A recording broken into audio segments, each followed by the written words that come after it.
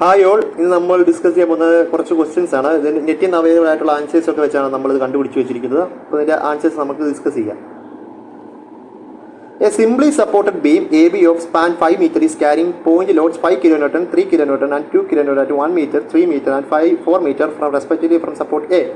Calculate the support reaction at B. അതറിയാലോ, അതായത് A B എന്ന് പറഞ്ഞ ഒരു ബീമുണ്ട്. അതിൻ്റെ ടോട്ടൽ ലെന്ത് 5 meter ആണ്, സ്പാൻ. അത് ഇത് എയിൽ നിന്ന് 1 meter മാറി 5 kilonewton, 3 meter മാറി 3 kilonewton, 4 meter മാറി 2 kilonewton അപ്ലൈ ചെയ്യുന്നുണ്ട്. ഫോഴ്സിൻ്റെ പടം കാണിക്കാം. എ ബി എന്ന് പറയുന്ന ടോട്ടൽ ലെന്ത് 5 meter, 1 meter മാറി 1 meter മാറി 5 kilonewton, 3 meter മാറി 3 kilonewton, 4 meter മാറി എത്ര kilonewton, 2 kilonewton ആക്ട് ചെയ്യുന്നുണ്ട്. അപ്പോൾ നമുക്കറിയാം എന്താ, ഇതൊരു റിയാക്ഷൻ കൊടുക്കുന്നുണ്ടായിരിക്കില്ല ബീമ, സിംപ്ലി സപ്പോർട്ടഡ്. അപ്പം 2 റിയാക്ഷൻസ് ഉള്ളത്. ഒന്ന് 6, അത് റിയാക്ഷൻസ് എപ്പോഴും നോർമൽ ആയിരിക്കും, നോർമൽ ടു സർഫസ്. അത് എല്ലാവർക്കും അറിയാലോ, റിയാക്ഷൻസ് എപ്പോഴും നോർമൽ ആയിരിക്കും, നോർമൽ ടു ദ സർഫസ് ആയിരിക്കും. അതുപോലെ തന്നെ ബിയിൽ എന്താ ആർ ബി കൊടുക്കുന്നുണ്ട്. അപ്പോൾ നമുക്ക് എന്താ നമ്മൾ ചെയ്യുന്നതെന്ന് പറഞ്ഞാൽ ഇക്വിലിബ്രിയം കൺസെപ്റ്റ് യൂസ് ചെയ്യാം. Sigma F X equal to 0. അതായത് ഹൊറിസോണ്ടൽ ഫോഴ്സ് റിയാക്ഷൻ ഇവിടെ എന്തെങ്കിലും ഉണ്ടോ? ഇല്ല. ഇനി sigma F Y equal to 0, sigma moment equal to 0 ആണ്. സിഗ്മ എഫ് വൈ നോക്കിക്കേ. അപ്പം മുകളിലോട്ടുള്ള ഫോഴ്സും താഴോട്ടുള്ള ഫോഴ്സോട് ഇക്വേറ്റ് ചെയ്താൽ മതി. അതായത് ആർ ബി അല്ല മുകളിലോട്ടുള്ളത്, താഴോട്ടുള്ളത് 5, 3, 2, 10.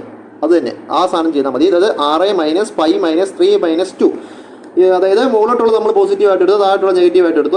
അല്ല നമുക്ക് ഇങ്ങനെ മുകളിലോട്ടുള്ളത് ഈക്വൽ താഴോട്ടുള്ളത് നമുക്ക് അങ്ങനെ അസ്യൂം ചെയ്ത് വെച്ചാൽ മതി. അത് ഒരിക്കലും നമുക്ക് തെറ്റത്തില്ല. 6 + RB ഈക്വൽ ടു എന്തായിരിക്കും? 5 + 3 + 2. അതായത് 6 + RB ഈക്വൽ ടു 10 കിട്ടി. നീ മൊമെന്റ് എടുക്കുക എന്ന് പറഞ്ഞാൽ എ വെച്ച് റെസ്പെക്ട് ആയിരിക്കും മൊമെന്റ് എടുക്കുന്നത്. ഈ എ വെച്ച് 1 meter മാറി എങ്ങോട്ടാ? 5 kilonewton ലാക്ക് ചെയ്യുന്നത്. അപ്പോൾ അത് ക്ലോക്ക് വൈസ് ഉള്ള രീതിയിൽ ലാക്ക് ചെയ്ത റെഡ് കളർ കണ്ടോ? അപ്പോൾ 5 × 1 ആണ് ഒരു 5 kilonewton കൊണ്ടുള്ള മൊമെന്റ്. 3 kilonewton എത്രയാണ്? 3 meter മാറി. അപ്പോൾ 3 × 3 ആണ് അതുകൊണ്ടുള്ള മൊമെന്റ്, 3 kilonewton കൊണ്ടുള്ള മൊമെന്റ്. 4 meter മാറി 2 kilonewton, അതും ക്ലോക്ക് വൈസ്. ഇതെല്ലാം താഴോട്ടല്ലേ പോകുന്നത്. പക്ഷേ ആർ ബിയുടെ ഡയറക്ഷൻ ഓപ്പോസിറ്റ് അല്ലേ, അപ്പോൾ അത് ആന്റി ക്ലോക്ക് വൈസ് അല്ലേ പോകുന്നത്. അപ്പോൾ ക്ലോക്ക് വൈസ് മൊമെന്റും ആന്റി ക്ലോക്ക് വൈസ് സംഭവം കൂടി ഈക്വൽ ആകുമ്പോഴായിരിക്കും മൊമെന്റ് ഈക്വൽ ടു 0 എന്ന് പറഞ്ഞ് കിട്ടുന്നത്. അതായത് 5 × 1 + 3 × 3 + 2 × 4 - 5 RB equal to 0. 5 + 9 + 8 equal to 5 RB. 9, 5, 14, 22 equal to 5 RB. ആർബിയുടെ വാല്യൂ 4.4 എന്ന് കിട്ടി. പിന്നെ നമുക്ക് ഇവിടെ കിട്ടിയായിരുന്നു 6 + RB 10 എന്ന്. അതിൽ നിന്ന് 10 നിന്ന് 4.4 മൈനസ് ചെയ്യുമ്പോൾ 5.6 kilonewton എന്ന് കിട്ടും. അടുത്തൊരു ക്വസ്റ്റ്യൻ ആണ്. Gymnast holding on to a bar is suspended motionless in mid air. The bar is supported by 2 ropes attached to the ceiling. Diagram force acting on the combination of gymnast and bar. അതിന് നമുക്ക് അറിയാം നമ്മുടെ normal reaction എങ്ങനെ എപ്പോഴായിരിക്കും. Normal reaction എന്ന് പറയുന്നത് എപ്പോൾ normal തന്നെയാണ് പേര്. അത് റിയാക്ഷന് പെർപെൻഡിക്കുലർ ആയിട്ട് ആയിരിക്കും ആക്ട് ചെയ്യുന്നത്, നോർമലായിട്ട്. അതായത് സർഫസിന് നോർമലായിട്ടായിരിക്കും ആ റിയാക്ഷൻ ആക്ട് ചെയ്യുന്നത്. അതുപോലെ തന്നെ ടെൻഷൻ എപ്പോഴായിരിക്കും? ടെൻഷൻ എപ്പോഴും ഒരു ബോഡി നേരെയായിരിക്കും ആക്ട് ചെയ്യുന്നത്.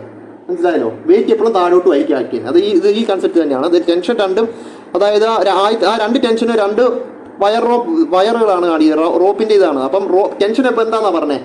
നമ്മൾ ഈ ബോഡിയുടെ ഇത് വരയ്ക്കുന്നതുകൊണ്ട് ടെൻഷൻ എബേ ഫ്രം എന്നാണ് പറഞ്ഞിരിക്കുന്നത്. അപ്പോൾ അതിൽ 2 റിയാക്ഷൻ. പിന്നെ ടോട്ടൽ ഗ്രാവിറ്റി വെയിറ്റ് ആണ് താഴോട്ട് എഫ് ഗ്രാവിറ്റി എന്ന് പറഞ്ഞ് എഴുതിയിരിക്കുന്നത്. While you are riding your bike, you turn a corner following a circular arc. Illustrate the force that act on your bike to keep you along the circular path. അതൊന്നും ഇല്ലതേ. നമുക്ക് അറിയാം normal reaction എപ്പോഴും എന്താ, സർഫസിന് normal ആയിട്ടായിരിക്കും act ചെയ്യുന്നതെന്ന് പറയുന്നത്. നമ്മൾ സാധാ നേരെ ലീനിയർ പോകുമ്പം സർഫസിന് നോർമൽ എങ്ങനെയായിരിക്കും? അത് വെയിറ്റുമായിട്ട് ബാലൻസ് ചെയ്തായിരിക്കും പോകുന്നത്, N = mg എന്ന് പറഞ്ഞ്. അപ്പോൾ ഇതേ സമയം നമ്മൾ എന്താ സർക്കുലർ ആർക്ക് വരുമ്പോഴേക്കും എന്താ ബോഡി ബെൻഡ് ചെയ്ത് പോകും. അപ്പോഴേക്കും ഇതിൻ്റെ റിസൾട്ടൻ്റ് കാണാം. നോർമൽ ആ വീലിന് ആ ഓയിക്കൂടെ പാസ് ചെയ്യുന്നതുണ്ട്, ആ ഓയിക്കൂടെ പാസ് ചെയ്താണ് 6 പോകുന്നത്. അതാണ് അതിൻ്റെ നോർമൽ റിയാക്ഷൻ 6. ആ 6 എന്ന് പറയുന്ന 2 കമ്പോണൻ്റ് ഉണ്ട്. ഇത് R cos θ ഉണ്ട്, R sin θ ഉണ്ട്. അപ്പോൾ ഇതിൽ R cos θ എന്ന് പറയുന്നത് വെയിറ്റുമായിട്ട് ബാലൻസ് ചെയ്യും. R sin θ എന്ന് പറഞ്ഞാൽ ഇതൊരു കേവ്ഡ് പാത്തല്ലേ, അപ്പോൾ അതിൻ്റെ സെൻട്രിപെറ്റൽ ആക്സിലറേഷനായിട്ട് അത് ബാലൻസ് ചെയ്ത് പോകാൻ വേണ്ടിയിട്ടാണ് R sin θ. അതാണ് നമ്മൾ ബെൻഡ് ചെയ്ത് പോകുന്നത്. Thank you. വീഡിയോ ഇഷ്ടപ്പെട്ടാൽ ലൈക്ക് ചെയ്യുക, സബ്സ്ക്രൈബ്